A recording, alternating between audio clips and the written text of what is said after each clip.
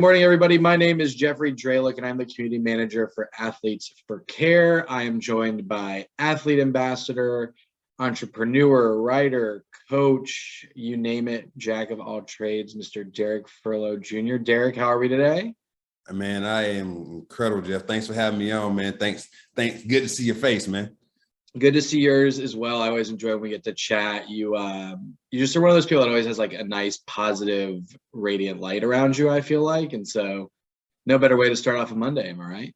Hey, man, I appreciate that. Good vibes only, Jeff. Good vibes only, man. Absolutely. Absolutely. So today we're going to be talking about athlete career transition again. We've had a couple of conversations with coaches like yourself, athlete ambassadors of A4C.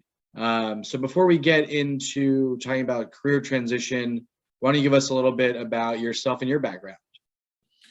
So originally born and raised in Southwest Atlanta, Georgia. For the most part of my life, grew up single mom, 3 kids. And then, of course, she was able to get married and had an extended family all kind of coming together. And we moved around a lot at a young age. And I had a chance to move from the inner cities of Atlanta down to the suburbs, all the way out to the middle of nowhere in Southeast Arkansas, where I learned that, hey, life gonna happen and just a matter how you gonna respond to it.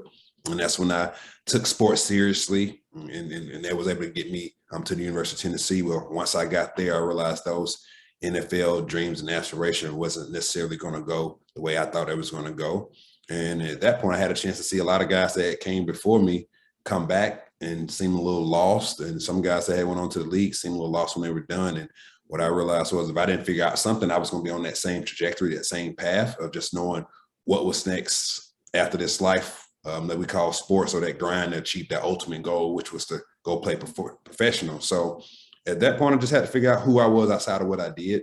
And that's when I just started to just become open to the people that was around me and realized that there were more to life than size just playing ball or being a rapper or whatever those options I thought I had coming from my hood. So at that point, I was fortunate enough to graduate and then get my master's and left out of there and got into the work world and realized that, hey, you can take those tangible, transferable skills that the game give you and use those to give you success and give you an unfair advantage in your life after sports. However, you got to know what those intangible transferable skills are.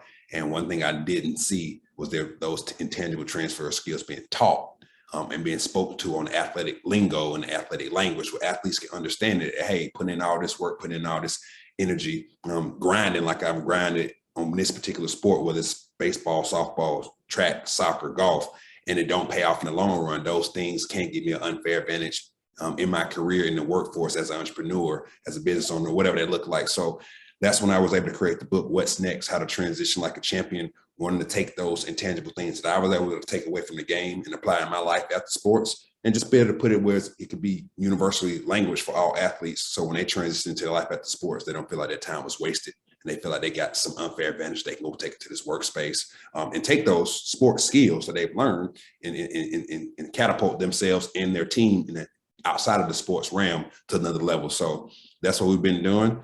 And now we've just been on this mass mission, man, to help change the way athletes transition into life after sports from this point moving forward. Love it. Love it. Love that you've dedicated your life to that and helping other people. So, you said that you had some people that would come back and visit y'all, when you're playing ball and stuff. So, I'm sure, given the school you went to, there's a couple NFL guys that may came back, and there might be some people that just had their glory days in college and high school and called it a day. But when you were seeing those guys, like, were they having any sort of conversations with y'all? Like, hey, make sure you're actually going to class and like paying attention, or, here's what I wish I would have done differently. Did any of those kind of conversations take place that made you think like, man, I gotta get it together? Or did you already you had it, but maybe you saw teammates that just like didn't realize that dream wasn't happening to make it into the NFL? Man, you always, from the first day you come in, you have some coaches that's going to be real with you. I know ours with Coach Trooper Taylor, he set us down and said, look to the right, look to the left, half of y'all won't be here when it's time to graduate.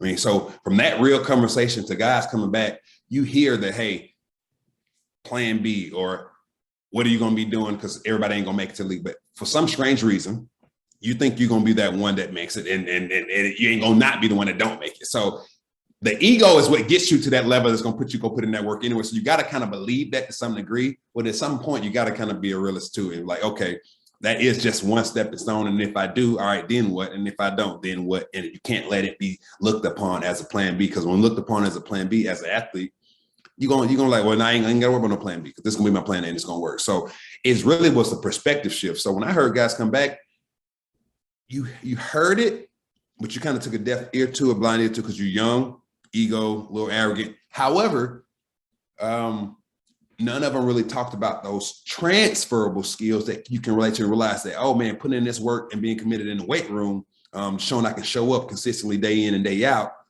What did that really mean in a career? What did that really mean as an entrepreneur? What did that really mean as being able to get along with different teammates from different backgrounds, from different cultures, or what that means, what that look like in a work environment? So it was never broke down to that degree. It's either about here, got guys that had success and it didn't last long, or didn't have success, got injured, and then you got to have a plan B. So that was the typical conversation. And then you hear people come back and talk about having your finances in order, but they never talked about the discipline that you had to go work out every single day. So that same discipline you can go take to learn how money works. You can take that same discipline to go learn how to do your own contract. So they never just correlated into the way that you felt was relevant to the problems that you may face. And it was good to see them till you realize, all right, it is happening, but they never spoke to you on a level that you was like, man, all right, I can go apply that right now. Or this work I'm putting in right now, it's relevant, regardless if I don't go pro or not. Yeah. Do you think that all the new NIL stuff is going to have an effect in terms of like maybe student athletes are going to learn how to manage their money better now? Because, if you're a larger athlete, you're bringing in, more than some of your professors, more than your family, for some bigger like collegiate athletic stars. So do you think any of these conversations are finally being had, at the collegiate level of, all right, we got to teach them how to manage their checkbook or budget out for the month. Do you think those conversations are happening? Man, I hope so, because the system's still a system, Jeff. So it's going to do one or two things. Is it going to speed up that cycle, or you're going to go broke or quicker, and you might get a chance to rebound earlier because you done had some money in college and you wasted it all, which that's most likely going to happen to some of them. Or you're going to figure out how to manage it, because you're going to make a couple bad deals and get burned quicker and realize, okay, everybody ain't got my best interest in mind. Yeah. Whether the system is teaching you that or not, that's a different story, because the system is a system, and at the end of the day, it's designed to teach you what it's supposed to teach you. It's designed to teach you how to become a good employee. Some universities, all of them ain't created equal, but in general, is what it is. So it's going to speed up the process or the cycle where some guys are going to take that initiative to go out on their own to learn how to manage their money, or some guys are going to run through money faster and realize, oh crap. So if they do make it to that next level, they may be a little bit more open to realizing how to not run through it as fast. But at the end of the day, the cycle going to happen. It's going to probably take those guys taking it upon themselves, just like they took it upon themselves to study their craft and to be the best athlete in that particular position. It's going to take them to study their financial literacy to be as financially stable as they possibly can, because all of them going to still have families. All of them people going to have people that's in their pocket. All people going to have people that's in their ear. And whether it's in college or as is in pro, you're going to either make bad decisions or you're going to make good decisions. You're going to either get burned early or you're going to get burned late. But at the end of the day, it's just a matter of how bad does it hurt and how fast you learn or you can recover from it. So that NIL, man, it's going to open the door for a lot of good to happen, but it's also going to open the door for a lot of stupid stuff to happen. And it's just really just a matter of how big of the skill is it going to happen on. Sure.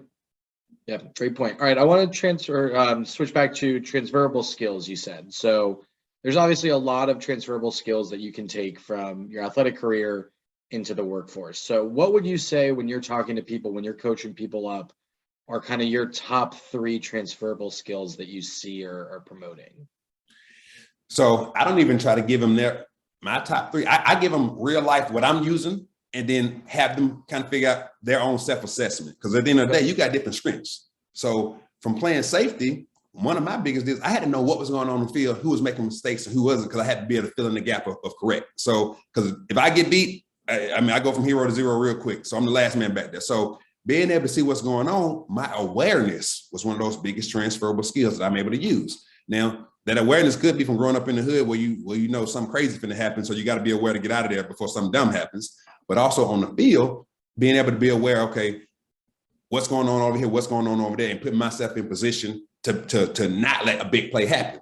So when it comes down to business opportunities, being or in a work environment, I'm aware of my strengths, my weaknesses, other people's strengths, other people's weaknesses. So if they do happen to mess up, I can be proactive. So that's just one that I use on a regular basis, my awareness.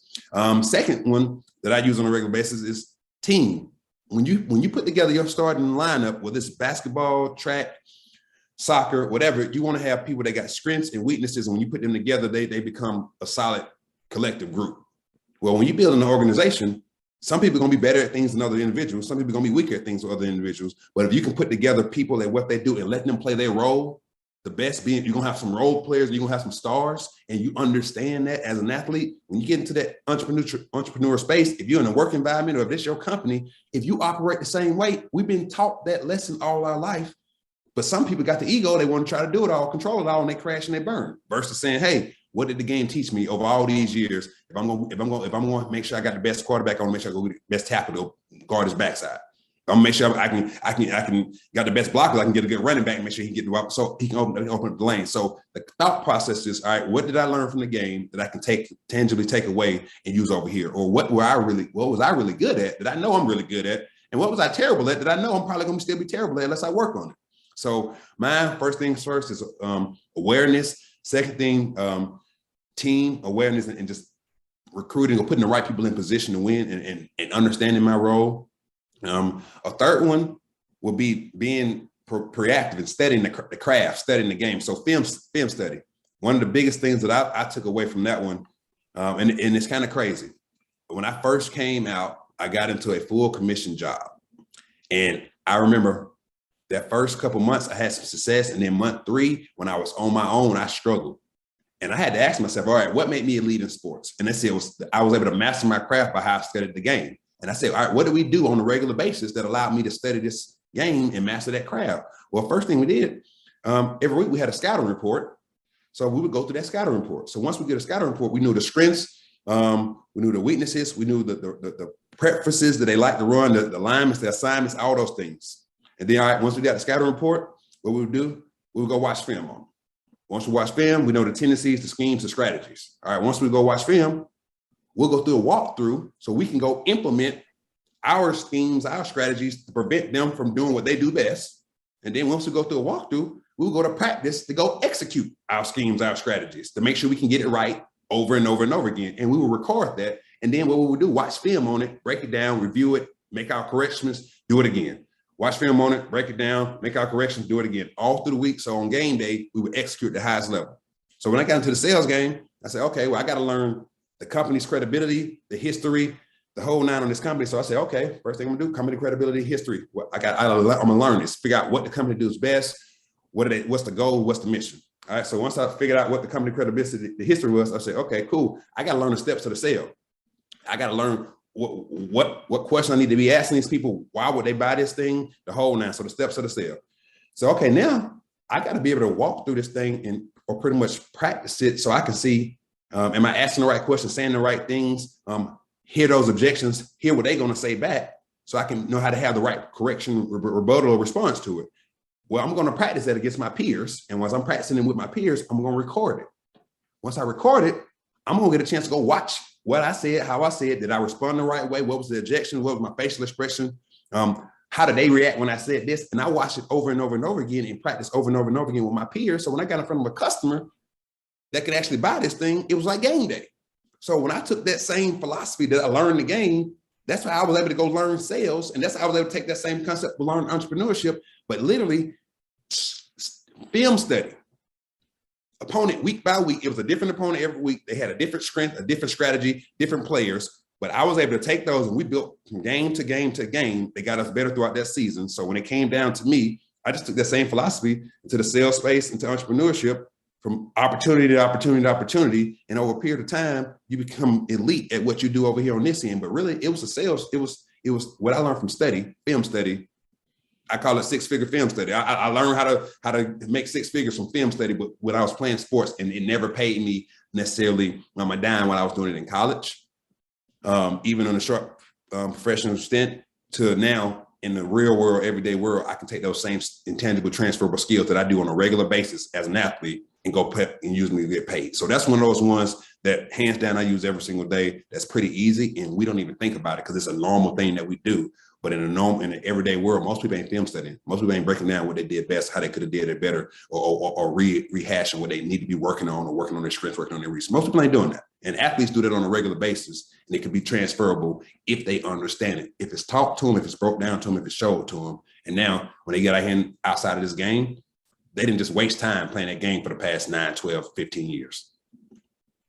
Love it. Yeah, prep work. I mean, so important. You know, people do it with food, they can do it with work, like working out, whatever. It's yeah, it's a really interesting concept because like I was even thinking while you were talking, like I'll reread an email a couple times, right? You know, like what's the tone of this email? Like is it what I want it to be? Like, you know, especially in the world we live in right now, everything over social media or email, like the littlest thing can be taken the wrong way, which especially like from a sales standpoint, like there you go, the sale if you say like one wrong word. So it's interesting. Yep. I like that. So awareness, team, and proactivity, film study. Awesome. I want to talk about failing a little bit because you bring up doing sales, commission, you know, there's a lot of failing in that. You know, if I'm an athlete and I don't know what I want to do, I didn't have the time to have an internship in college that would be like, I didn't like doing that job, but like maybe it was something I thought I wanted to do. So, you know, being an athlete, some people deal with failure a lot. If you're playing baseball, like that sport is built on failure. Where other sports, you know, maybe you're not failing as much and you're not used to dealing with it. So how are you handling those kind of conversations? Because I can imagine for some folks, you know, oh, you were the best quarterback in your town and then in your small, you know, city maybe, but then you get somewhere else and it's like, I'm not that dude anymore. I'm not that gal. Or even in college, you go to a smaller school, you're having a lot of success, but then you don't make it to the NFL draft, first failure. You don't make it into any draft, failure. First job doesn't work out. So talk to me a little bit about that and how you coach some people through failure. Well, with that, and I really, man, I try not to even say it on the coaching. I just try to put it in perspective they understand, Jeff, because this is what it comes down to. At some point in time, you was trash at whatever sport you played. Like, if you played up, you was always somebody that was better than you, bigger than you, stronger than you, faster than you. So whether going from high school or freshman year to the sophomore year to junior year, and then at some point you became the man or the girl. You became the top. And then when you go to the next level, you trash again. Because you're going to get to college and you're going to realize, oh, crap, I'm in the SEC. Everybody was better than me at some point in time. And then you start getting reps in, you develop.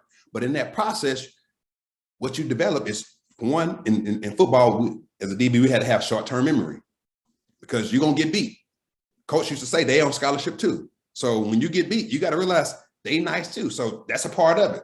However, how can I minimize my chances of getting beat every time? So the thing that I learned is controlling the controllables and minimizing the variables. So in baseball, hey, you know, 7 out of 10 times you're gonna probably get struck out, but 300 gonna pay you a lot of money. So all right, Hall of Famer. That's it. You're Hall of Famer. So in any given sport, that's gonna be some variables.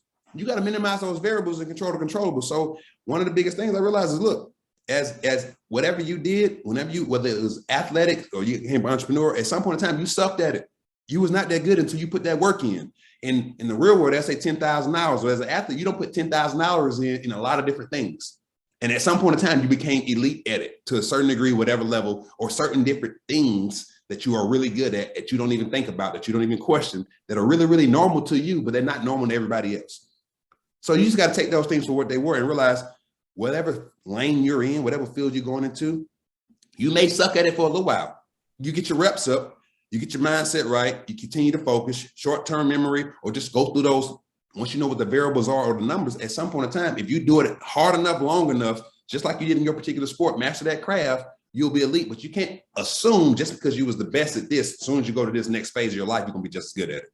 That's setting yourself up for failure in general, but it's all about perspective. So the biggest thing I like to help explain is about perspective, because when it comes down to it, if you practicing, you're going to get beat at practice. Now, the biggest thing about it is if you get beat at practice long enough, you can have some awareness. You're going to understand game. You're going to understand scheme, strategy. You're going to understand timing and position. You're going to understand when it's crucial time frame not to get beat in. And this is going to be the kicker. You're going to understand how to operate under pressure, and you're going to understand when it's crunch time. You get a chance to practice that day in and day out, get reps at that. Most people who never play sports never get a chance to practice pressure. They don't get a chance to get reps with making a game time decision. They don't get a chance to get reps getting beat and then recovering from it. They don't get mulligans. As an athlete, you get a chance to get that every single day, so you can build your confidence that when it's game time, you can show up. That when it's game time, you can make the play. And every single time, you might not necessarily make that play, but they on scholarship too. But you get a chance to practice that, and it builds your confidence, which allows you to go out here and perform at a higher level. Most people never get a chance to get in those game time situations, full pressure situations, and they have this corporate company, and all of a sudden it's game time, it's crunch time. The company is on the line. They make an epic fail. When they lose, they go jump out the window. As an athlete, you get a chance to practice that day in and day out. And it's fun, it's a game, but you get a chance to practice getting those reps in a game time situation, even if it is on a big stage with the lights on you. So when you do leave that game, that atmosphere, honestly, any lane that you go into after that, the pressure can't be as big, or the mindset that you don't develop over that period of time of being able to respond under pressure, being able to make quick split-second decisions, being able to get reps in and being able to understand how to put yourself in the best situation. So when something does go bad, y'all not at rock bottom. Like, those are the things that as an athlete, you get a chance to game plan on every single day. Now, whether you take it for granted or you maximize it, different conversation. And whether you understand the magnitude of what it's preparing you for, different conversation. And that's why I like to call it life prep, because the game is just life prep. It's preparing you for a lot of stuff you're going to face in life. However, this is a game. This is going to be real life. And if you can correlate that and realize you probably got 10,000 hours in making critical decisions. You probably got 10,000 hours in being in crunch time situations. You probably got 10,000 hours in making decisions under pressure.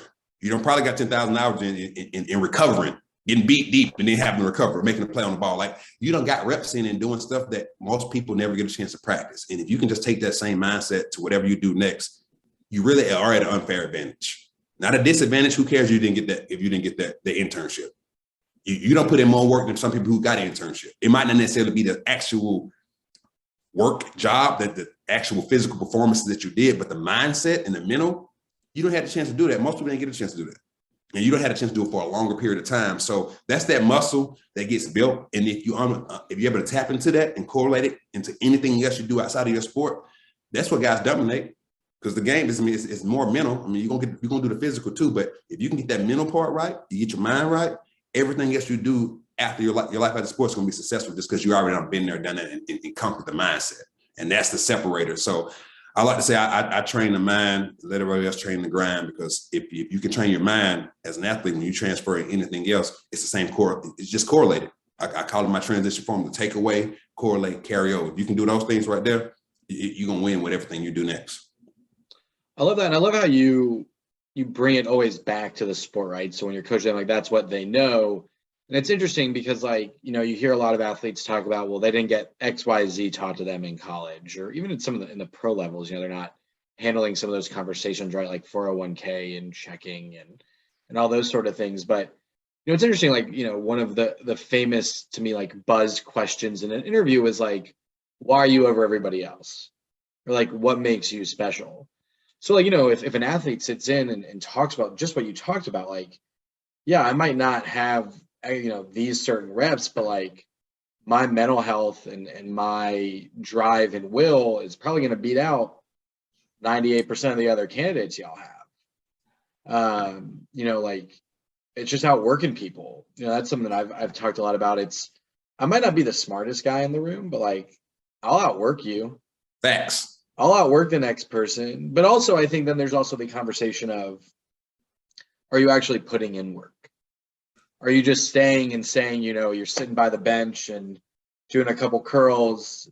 Well, yeah, I stayed an extra hour after practice, coach. I was lifting. Or are you that guy that's really putting in the work on the side? Because, I think that there's that aspect too of like smart extra work and just working extra to say you worked extra. Right. That's a big difference. Yeah. It's interesting because, a lot of athletes, I think, when they're going into a work situation, they look at look at themselves at a disadvantage. And the way that you're talking about it, they actually have the advantage. If you really break it down and think about, okay, here's what I can do and here's what I have done. Well, then to learn how to make 100 cold calls in a day, big deal. Yeah. Right. Right. So Jeff, right there, that's the biggest separator that I like to show. And that's why I wrote the books. It's the correlation. If you can figure out how to take what you learned from your game that you put out, this blood, sweat, tears, this dream that you had, once it's done, if you can take all those things and say, how does all those things correlate to where I am right now and where I want to go in the future? If you can correlate those things on your level, your scale, where you're at, and figure out how to carry those things over, you might not figure it out overnight. It may be over a period of time, but if you can figure that out, the T plus the C plus the C, I call it, you're going to equal a successful transition in whatever you do. But the biggest kicker is being aware and don't feeling like you're at a disadvantage because you didn't have an internship. Who cares? I done got reps in that some people that got an internship will never be able to get. I done got experiences that some people that internship will never be able to get. I done got put in situations that some people that internship will never be able to get. I done had a chance to be in the trenches and have to have my mind so focused with mind over matter. Where my body, I'm physically drained, I'm mentally drained, I'm still exhausted. I can't quit because I got guys to wait depending on me. Like that right there, you can't go account for. So if I can figure out how to take that away and realize, how does that correlate with this deadline I got to meet at work, or this deadline I got to meet on this proposal, or this deadline I got to meet on this project? All right, now how do I carry that over? If you can figure that out every single time, and there's going to be levels to it, you're going to have a successful transition. But that's going to give you an unfair advantage that they can't teach you. Like they say, they can't teach size. You can't teach that. You can't teach speed. Like it's on the so you only can help somebody get so fast. They fast, they got it. They big, they got it. When you got that mindset, if you got it, you got it. Now you can sharpen it, you can hone it. But from an athletic perspective, you kind of get a chance to work on it every single day. Well, some people necessarily didn't have to work on it every single day and got put in that position, and then they got to start where they are. And you coming into the same area workforce, and you think you're on a disadvantage, and really you're 10 steps ahead, but you ain't figure out how to correlate it yet. So at that point, you are behind. Yeah. And that's why it's so important to teach them the transferable skills, or to make it to put it out there on the table so you can understand you do have an unfair advantage. You just got to realize what yours are, because yours are different from somebody else's. Yeah. I think another advantage that athletes have too, that not a lot of other, non-athletes have, is the fact of, how to work with different people on a team. And, there's always the saying, which is really tough no matter where you're at in your career, but, you got to know how to manage your manager, like your coach and all those kind of things. And I think that's a really big advantage that athletes have, because, if you think about growing up, how many different teammates you had, how many different coaches you had. And at the collegiate level, like, okay, you have, your head coach, but then you have position coaches and nutrition coach, all those different things. So, is that something that you harp on too with folks, is like that aspect of knowing how to manage other people? Man, that's one of the things that's entwined in. I really don't even get a chance to get that far to some of it, because most of the time people try to figure out how to manage themselves. But in general, you spoke on it because you get a chance to be around different people, different background, different cultures. And then for two, you understand people. You're in the people business. Sports is a team sport. It's about people. When you get into the entrepreneur space or the business space or work environment, it's about people. And then for two, like you said, you get a chance to be managed by different people. You know the type of managed style you like. You like people you don't get along with. You know how you don't like to be managed. So by the time you don't went through that as an athlete, if you pay attention to that early, when you get to this work environment, if you need to be your own boss or you need to go work for somebody. You know the type of people you need to have around you, people you need to stay away from. You can already see those things because you're around it, you're exposed to it early. Then it's just a matter of, are you paying attention to those telltale signs? Because if you are, it's going to give you that blueprint for what you need in your life after sports or what you don't need in your life after sports. And that's going to give you an unfair advantage and give you a head start. But a lot of times what we go back to right now, it's not being simplified or dumbed down or spoke in the athletic lingo. So people are coming in talking about all this stuff that is very relevant. But if it's going over my head and you're not relating to me in the athletic terms or way I understand it, thanks for having that guy come in and that young lady come in and speak to the team, but that didn't help me do nothing because she didn't communicate it in a way that I understood it. I can go take it and apply it right now to my day in my life. So that's the biggest separator. So those things, definitely like level 2, level 3 that you just spoke on, because half of them got to figure out how to manage yourself in general, but you're absolutely right, man. It's all a part of it. It's all there. And you got this great platform in sports and athletics that allow you to learn it. And if you can take advantage of it early, the moment you're done playing that game, whether it's by choice or by force, because it's going to happen, the next phase, you can be successful or you can struggle, just depending on what you do with what you've had. And if you can take away those things, correlate them to where you're at right now, and then correlate them to where you want to go, you can carry it over to where you want to go and you'll have success in anything that you do. Love it. Love it. All right. So if I'm somebody that has been watching this and want to get in touch with you for a coaching session or just love your vibe and want to get to network with you, what is the best way to get in touch with you? Oh, it's pretty simple. On all social media platforms, it's Derrick Furlow Jr. That's DerrickFurlow Jr. Or they can go to DerrickFurlow.com or even sportslifebusiness.com. Check out the material. Athletes can get the book. It's on Amazon. It's in the iPhone, iBooks. It's readily available, audio version. I know some people don't like to read, so I read it to you. So you can't have no excuses, baby. No excuses. We're on a relentless pursuit of continual improvement. No excuses. So that's how they can find me, man. But I love to connect and help anywhere I can for anybody that's going through this transition journey, because that's what it's all about. That's how you can be the next best version of you, from pinnacle to pinnacle, peak to peak. Awesome. P to P. That's awesome. I like that.